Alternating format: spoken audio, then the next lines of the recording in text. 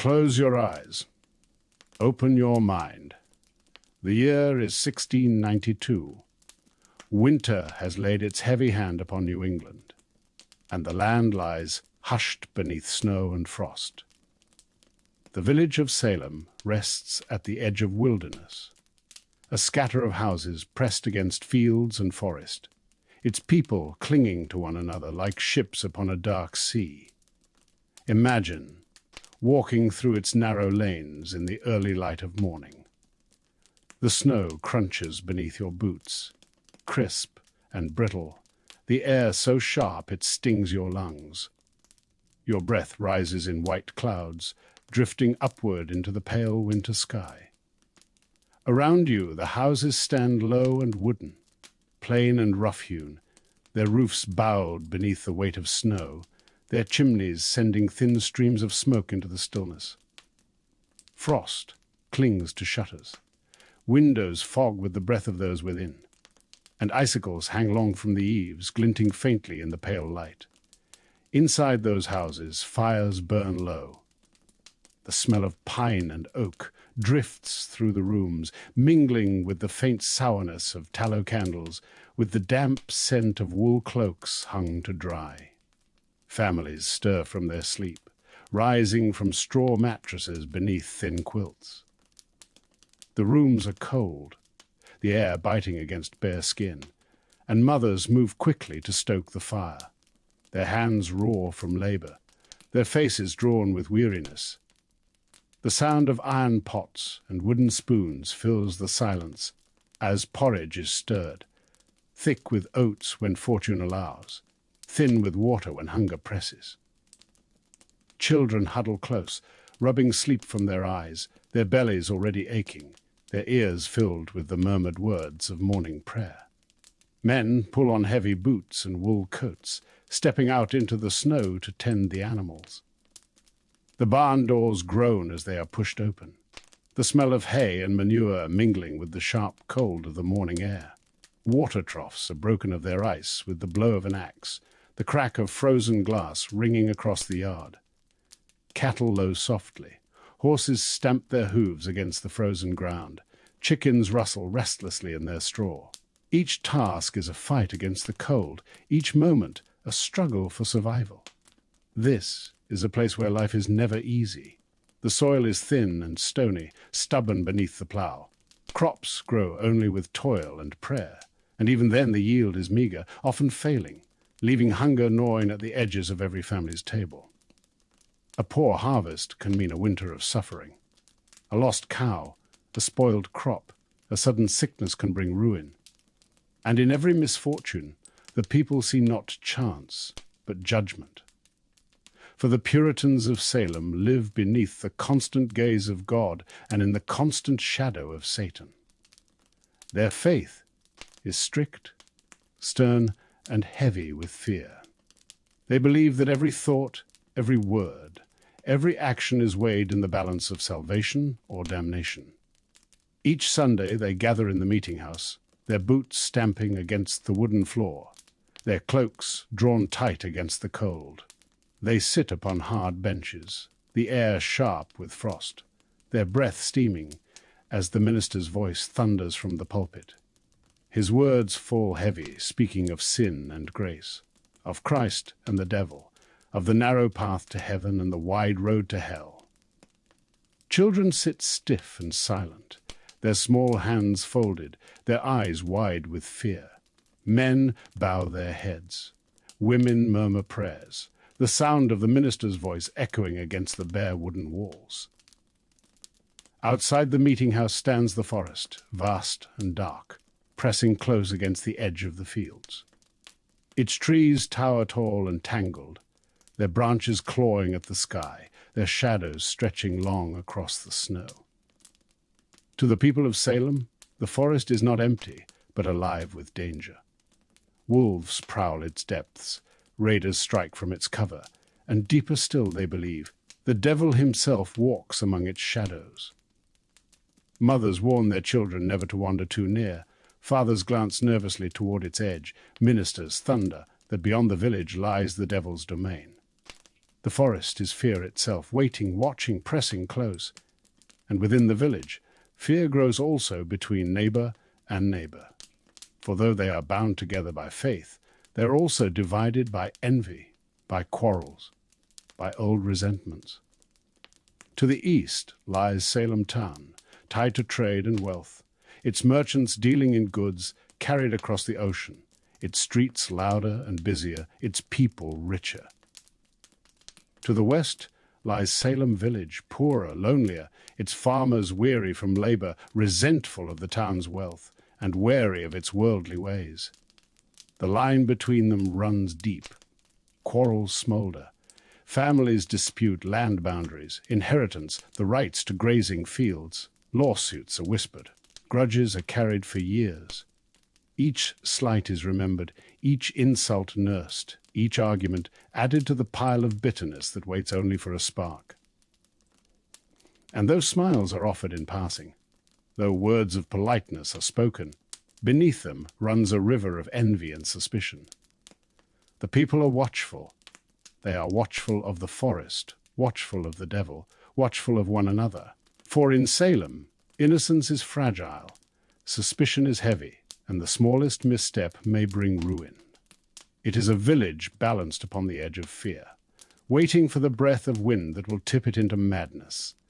And that breath is coming. Winter tightens its grip upon Salem, the snow lying heavy upon the roofs, the wind howling down the narrow lanes, rattling shutters, slipping through cracks beneath doors. Inside the homes of the village, families sit close by their fires, their prayers mingling with the smoke. The meetinghouse bell tolls against the cold air, its sound carrying far across the fields, a reminder that the eyes of God see all, even in this small and lonely place. And then the first strange cries are heard inside the parsonage of Reverend Samuel Parris, the minister of Salem village. His young daughter Betty falls into strange fits. She twists and writhes, her small body contorting upon the floor, her limbs jerking with unnatural force.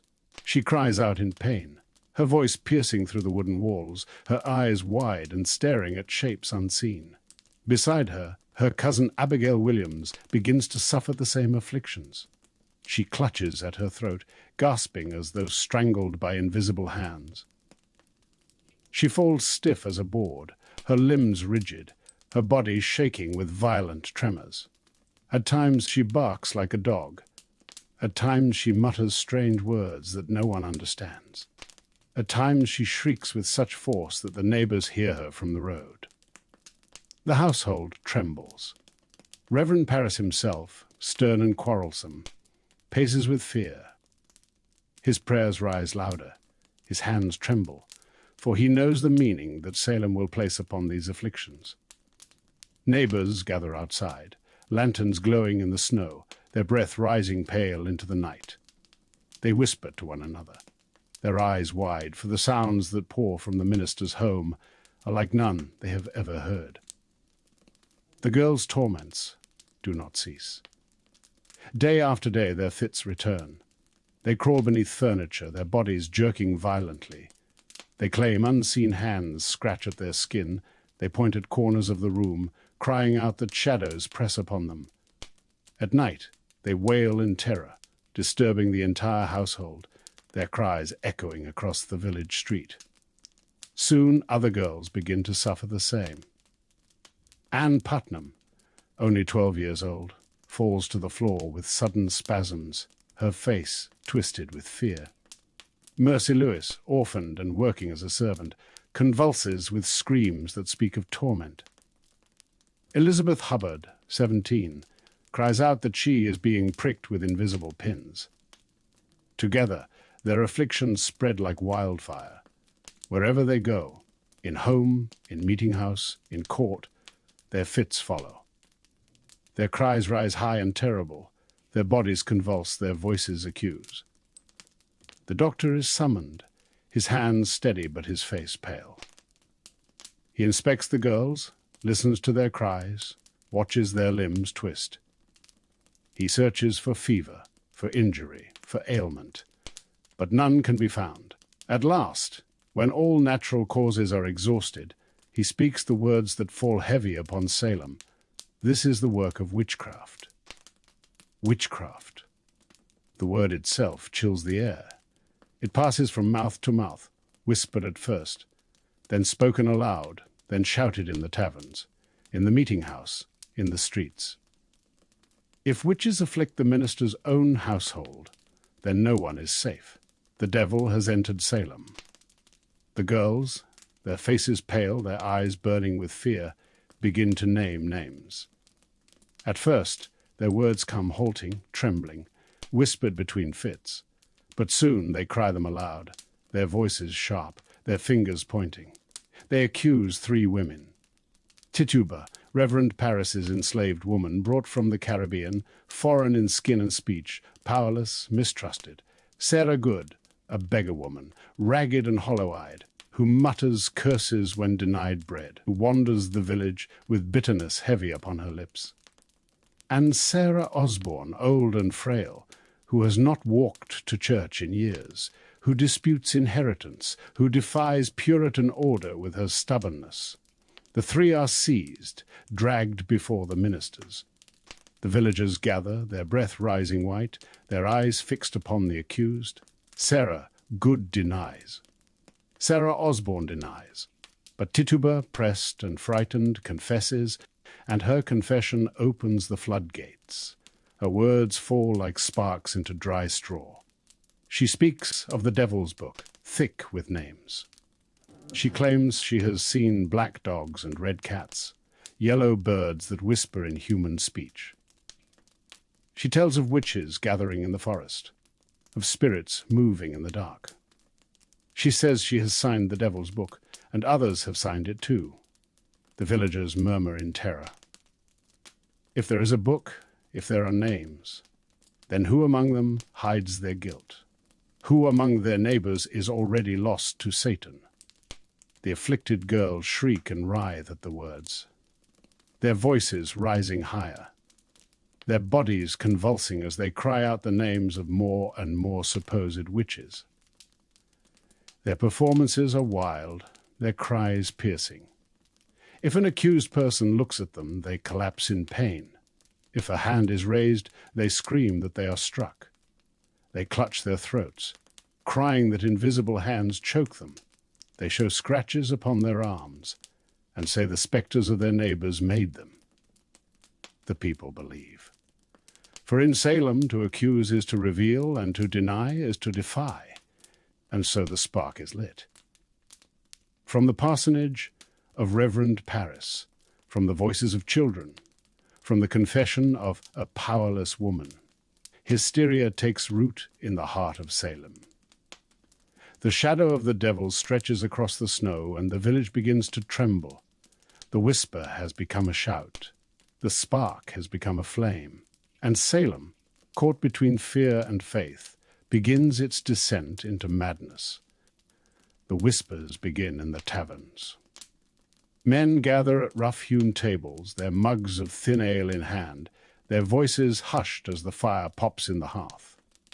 They lean close to one another, chairs scraping against the wooden floor, their words tight with fear. The devil is here, they murmur. He has walked into Salem. Some shake their heads in disbelief. Others nod grimly, their eyes darting to the door as though the shadow itself might slip in among them. In the meeting-house, the air is colder still. Villagers sit upon benches, their cloaks pulled close, their eyes upon the pulpit. The minister's voice booms against the bare wooden walls, warning of Satan's cunning, warning that witches hide in plain sight, warning that only vigilance and faith will save them.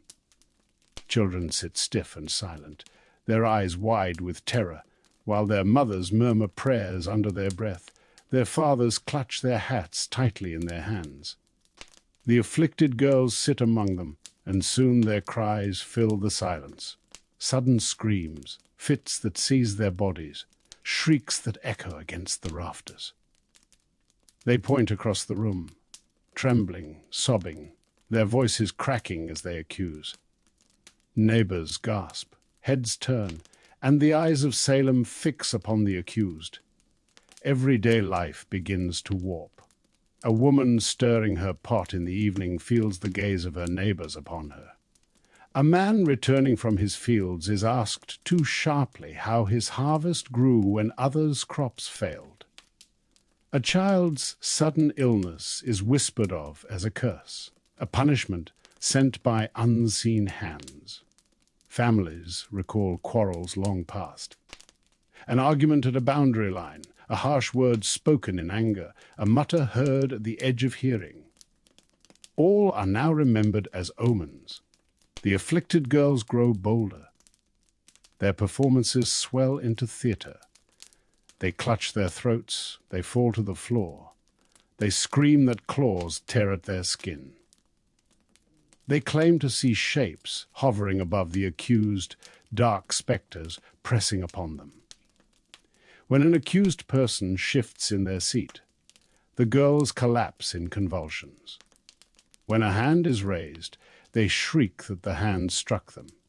They speak of spectral birds perched upon shoulders, of yellow figures whispering in ears, of shadows that creep across the floor unseen by all but them. And Salem believes them. For how else can such torments be explained? If the devil hides in their neighbors, then these cries are not lies, but revelations. The list of the accused grows. It is no longer only the outcasts, the poor, the powerless. Now the net stretches wider. Martha Corey, a respected member of the church, is accused after she dares to question the girl's afflictions. Her doubt itself becomes proof of her guilt. Rebecca Nurse, elderly and gentle, beloved for her kindness, is accused, and though many protest, the tide of fear drowns their voices. Even pillars of the community cannot escape suspicion. Families begin to turn upon themselves. Husbands accuse wives. Wives accuse husbands. Brothers turn against sisters. Children against parents. Each seeks to save themselves by casting suspicion upon another. To confess is to live, if only you will name others. To deny is to die, clinging to innocence that Salem will not believe. The meetinghouse fills each day with trials. The air inside grows stifling, thick with sweat, with smoke, with fear. The judges sit stern, their wigs heavy, their voices sharp as they question each trembling soul. The afflicted writhe upon the floor, their shrieks filling the room, their bodies twisting in torment. Neighbors rise to give testimony, their words dripping with old grievances dressed now as evidence. She cursed me in anger, and my cow died the next day. He looked upon me darkly, and my child fell ill before night. Her spectre sat upon my chest in the night, and I could not breathe. Dreams are spoken as truth, suspicions as fact, envy as testimony. And the judges write it all down. Their quills scratch upon parchment, ink soaking into the fibers, each word binding the accused tighter. Fear spreads beyond the courtroom, into every lane and field. Mothers clutch their children closer. Fathers watch their neighbors with narrow eyes. The forest looms darker, its branches clawing in the wind, its shadows whispering of unseen evils. Even the creak of a shutter in the night is heard as the devil's hand. The village is no longer bound together by faith. It is torn apart by suspicion. The tavern doors close early. The streets grow silent. The meetinghouse bell tolls heavy. Each day brings new accusations, new names, new cries. The afflicted grow more dramatic, their torments more violent, their accusations sharper. They scream, they sob, they twist upon the floor, and each gesture, each cry is believed. And Salem bends beneath the weight of fear, for now the devil is everywhere. He hides in the forest, he hides in the barns, he hides in the neighbor who greets you with too much warmth, in the old woman who mutters at her door, in the man who walks home at night without prayer upon his lips. He hides in the dreams of children, in the whispers of women, in the silence of men. Salem is no longer a village of neighbors. It is a village of suspects. Each face is questioned, each glance watched, each silence judged, and the rope, waiting upon Gallows Hill, grows nearer with each name spoken. The paranoia is no longer whisper. It is roar. And the roar drowns reason, drowns mercy, drowns truth. Salem has begun its descent, and the devil needs no hand to guide it. The people destroy themselves. The meetinghouse in Salem village is a plain building, wooden and cold, its walls bare, its windows small. Yet within these simple walls, the fate of the accused is decided. It is here that the court of Oyer and Terminer gathers, summoned to hear the mounting flood of accusations. Step inside. The floorboards creak beneath the press of boots as villagers fill the benches, their cloaks brushing one another, their breath steaming in the sharp air. The smell of tallow and damp wool hangs thick. At the front, the judges sit high, their wigs powdered, their faces stern, their quills poised above parchment. Candles gutter in the chill, their light flickering against wooden beams, shadows leaping across the walls. The ministers stand nearby, their eyes hard, their voices ready to thunder warnings of Satan's cunning. And before them stand the accused. They come one by one, their wrists bound, their faces pale, their voices trembling. Farmers and wives, widows and maidens, mothers and grandmothers, each is called forward, each must face their accusers. And when they speak, their words tremble with fear, for denial in Salem is peril, and confession is survival. The afflicted girls sit together, a knot of pale faces and wide eyes. At the sight of each accused they collapse, they shriek, they writhe upon the floor. Their cries pierce the silence, their limbs jerk and twist, their hands claw the air. They point trembling fingers, they scream the names of the accused, they cry that they are tormented by spirits invisible to all but them. When a woman shifts her glance, the girls cry that claws tear their flesh. When a man raises his hand, they fall as though struck. Their performances swell into theatre, each movement believed, each cry taken as proof. Spectral evidence is accepted. The claim that the spectre of a person torments the afflicted is enough to condemn. No one else may see it, no one else may feel it, yet the girls' screams are considered truth. If the girls say a shadow stood at the foot of their bed, it is written down. If they say a hand choked them in the night, though the accused was miles away, it is believed. The devil, the judge's reason, may take the form of any he chooses. Neighbors rise to give testimony, their voices trembling, their words heavy with envy, suspicion, or old resentment. One speaks of a quarrel years past, after which her child sickened. Another swears that his cow died the day after a bitter argument. Another insists that in a dream, the accused appeared and tormented her. Dreams are spoken as fact, suspicion as evidence, hatred as holy testimony. The judges listen, their quills scratching across parchment, their faces unmoved. The accused protest innocence, their words faltering against the tide. Some weep, some plead, some speak with calm dignity, but all are drowned by the cries of the afflicted, by the testimony of their neighbors, by the heavy silence of those who fear to speak. For to defend the accused is to risk suspicion. To question the court is to invite the rope. Bridget Bishop stands before the court, known in Salem for her independence, for her bright clothing, for her red cloak that defies Puritan plainness. She is accused of appearing at night in spectral form, of pricking the afflicted with pins, of bewitching their dreams. The girls collapse at her feet, shrieking that her spirit claws them. Bridget protests, her voice steady, but the court does not believe. Her independence, her boldness, her bright cloak are proof enough. She is condemned. Rebecca Nurse comes next. 61 years old, frail and gentle, beloved in the village. She has lived with piety, with kindness, with devotion. Yet her age, her weakness, her small deafness in court are twisted into signs of guilt. The girls cry out against her, their shrieks echoing through the hall. Neighbors speak of quarrels, of suspicions, of misfortunes blamed upon her. Though many defend her, the tide cannot be turned.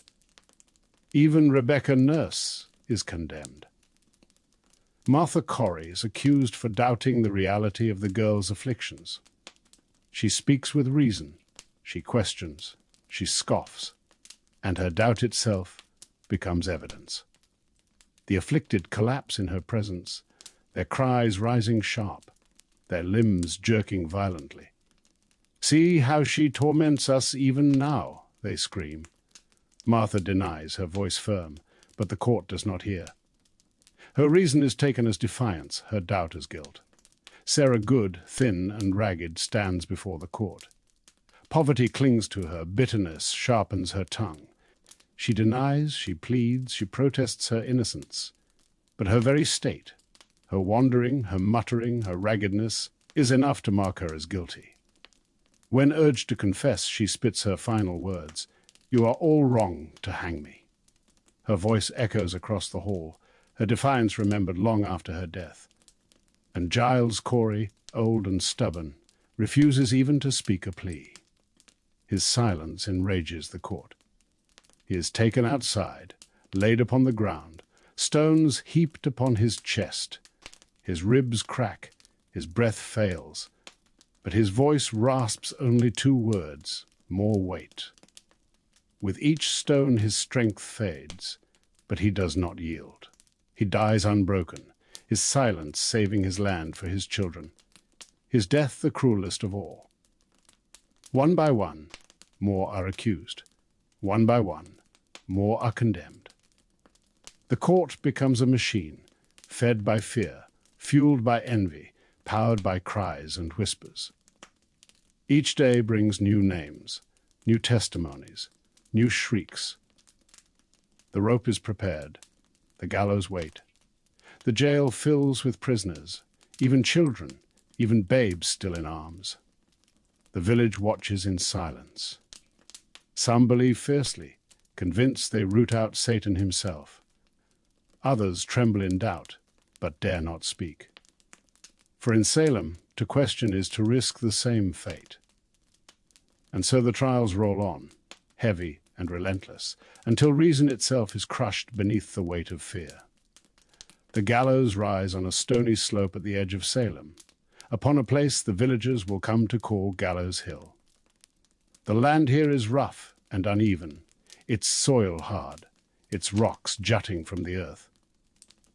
In summer, the sun beats heavy upon it, the air thick and still, the silence broken only by the cry of distant crows.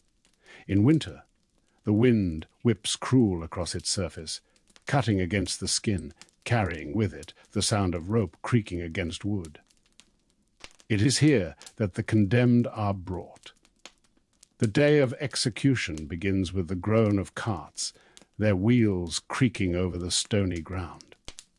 The prisoners are carried slowly from their cells, their wrists bound, their bodies weak from hunger, their faces pale with fear and prayer. Some weep, some sing psalms, some stare silently ahead. Behind them walks the crowd, villagers in cloaks and caps, their voices hushed, their eyes wide, their breaths heavy. Mothers clutch their children close, fathers stand stiff and solemn. Children peep from behind sleeves, their eyes round with terror. The gallows loom above, rough beams of timber darkened with pitch, ropes swaying slightly in the summer breeze. The air lies heavy with silence as the prisoners are led beneath. The judges stand nearby, their faces set like stone. The ministers lift their voices, calling for repentance, warning that salvation may yet be found in confession. Their words rise into the stillness, but the condemned do not all bend. One by one, they climb the ladder. The rope is fastened about their necks, rough hemp biting into flesh. Their last words are spoken, Some prayers, some cries of innocence, some curses cast upon the town that condemns them. The cart is pulled away. The bodies fall. The rope creaks. The breath is cut short. And the silence is broken only by the gasps of the crowd, the sobs of children, the low murmur of prayers. Bridget Bishop is the first to hang.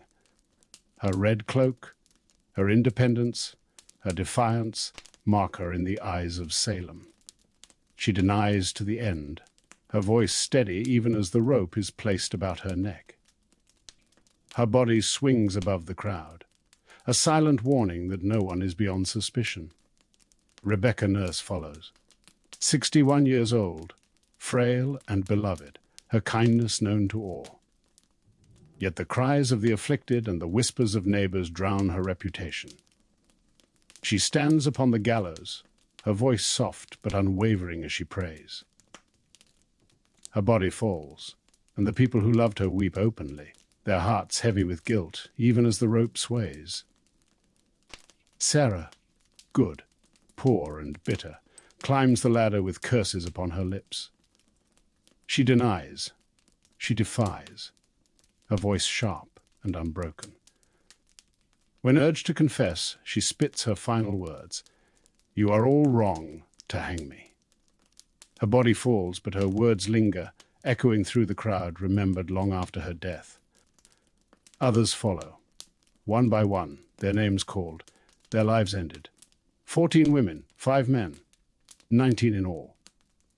Their bodies swing upon Gallows Hill, swaying against the sky as the crowd watches in silence, their faces pale, their hearts trembling. But one death is unlike the others. Giles Corey, old and stubborn, refuses to plead before the court.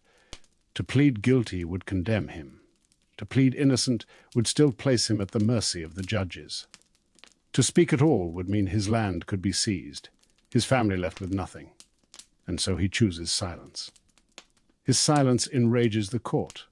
They devise a punishment cruel and rare, pressing. He is laid upon the earth, boards placed upon his chest. Stones are laid upon the boards, one by one, heavy and rough. His ribs creak beneath the weight. His chest heaves shallow. His breath rasps. Each time he is urged to yield, to speak, he gasps only 2 words, more weight. The stones press down, heavier, heavier still. His bones crack. His breath grows faint, but he does not yield. His silence saves his land for his children, though it costs him his life. His death becomes legend, his defiance whispered for generations. The executions do not end the fear. Each death seems only to prove that witches are real, that Satan walks in Salem. The gallows become a symbol of certainty, the rope a tool of faith. The people believe they purge the devil from their midst, even as they destroy their own. Families are torn apart. Neighbors turned into enemies, children left orphaned.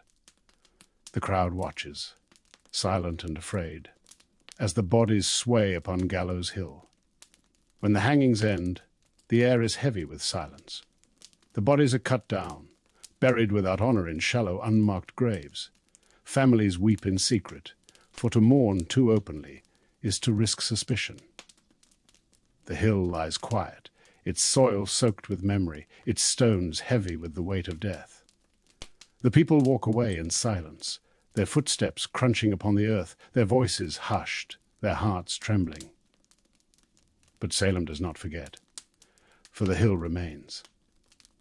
The gallows stand stark against the sky, the ropes swaying in the breeze, the silence broken only by the creak of wood and the cry of distant crows. And the memory of the condemned lingers, their faces, their voices, their cries, all remain etched into the soil of Gallows Hill, into the hearts of Salem, into the shadows of its nights. When the gallows at last fell silent, Salem was not at peace. The bodies of the condemned were gone, cut down and buried in shallow, unmarked graves. But their absence left a silence heavier than their cries had ever been. The village, once loud with accusation, once trembling with fear, now lay hushed. The air was thick with shame. Families of the condemned walked with heads bowed, their names stained, their homes broken. Children wandered as orphans, their futures torn away. Wives sat alone in empty houses, their husbands hanged, their lands seized. Men returned from the fields to find their wives accused, their families ruined, their neighbors silent. And in every lane, in every pew, in every corner of the meetinghouse, there was memory, the memory of voices raised in accusation, of cries in the courtroom, of bodies swaying upon Gallows Hill. The ministers, who had thundered of Satan's cunning, now spoke with trembling voices of sorrow. The judges, whose quills had scratched across parchment, whose stern faces had pronounced guilt, now hung their heads in regret. Some confessed their error openly, weeping, their voices shaking. Others remained silent, but their silence was heavy with guilt. The colony itself, years later, offered coins in compensation to the families of the condemned. But no coin could unhang a body. No payment could uncrush the chest of Giles Corey. No apology could silence the echo of Rebecca Nurse's prayers. Salem had destroyed itself. The devil had needed no hand. The people had done his work for him, turning neighbor against neighbor, tearing their own village apart. And though the trials ended, the shame remained, a scar that never healed. The years passed, but Salem did not forget. The story of the witch trials lingered in every home, every field, every shadow. Parents whispered it to their children as warning. Ministers thundered it from pulpits as lesson. Villagers remembered it in silence as curse. And with memory came haunting. For the condemned did not rest easily in their shallow graves. Upon Gallows Hill, travellers spoke of sudden winds rising in still air, cutting cold against the skin, carrying with them the sound of rope creaking, of wood groaning, of voices gasping their last. They spoke of shadows swaying just at the edge of sight, vanishing when the eye turned. Some claimed they felt the pressure of unseen hands upon their shoulders, heavy and cold, as though the weight of the gallows themselves pressed down upon them. In Howard Street Cemetery, where Giles Corey was pressed to death, a figure is said to walk, dark, heavy, silent. His presence is felt more than seen, a crushing weight upon the chest, a suffocation of the breath, a heaviness in the air. They say that whenever his ghost is sighted, misfortune follows Salem, storms breaking, fire spreading, disaster falling. Some whisper that in his last moments he cursed the town, his voice rasping the words as stones crushed his chest. And they say the curse holds still. The old Paris parsonage, where the first cries were heard, is said to echo with the voices of children. Whispers rise in the night when the rooms are empty. Shadows move across windows where no candle burns. The cries of Betty and Abigail are said to linger, their shrieks carried across the floorboards, their laughter turning suddenly to screams. Those who have walked its halls speak of unseen hands brushing against their arms, of footsteps following close behind them, of cold breath upon their necks. Even the witch house, the home of Judge Jonathan Corwin, who sat upon the court, is said to hold darkness still. Visitors speak of shadows passing through rooms, of sudden drops of temperature, of faint voices whispering in corners. Some say the judge himself walks there, his face stern, his eyes unyielding, still writing names into his book, still condemning, still unable to rest. And in the lanes of Salem, in its taverns, its cemeteries, its fields, the whispers of the past still rise. Lanterns flicker in the night, footsteps echo where no one walks, voices call softly in the dark. The condemned do not rest. Their innocence, their suffering, their cries linger still. For Salem carries its ghosts not only in shadow but in memory. The witch trials are lesson and curse alike, a lesson that fear can blind reason, that lies can kill truth, that hysteria can destroy the innocent. A curse, because the past cannot be silenced. The condemned walk still, their shadows falling long across the streets, their voices whispering in the wind, their presence felt in every silence. So now, as the night deepens, hear the toll of the meeting-house bell carried on the wind. Smell the wood smoke clinging to the roofs. Feel the hush of snow settling soft upon the ground. Salem is quiet now, its streets still, its houses dark, its fields empty. But beneath the quiet lies the echo of fire, rope, and stone. Beneath the silence lies the whisper of the condemned. Beneath the stillness lies the stirring of ghosts. Close your eyes, open your mind, and drift to sleep in the company of Salem's restless spirits.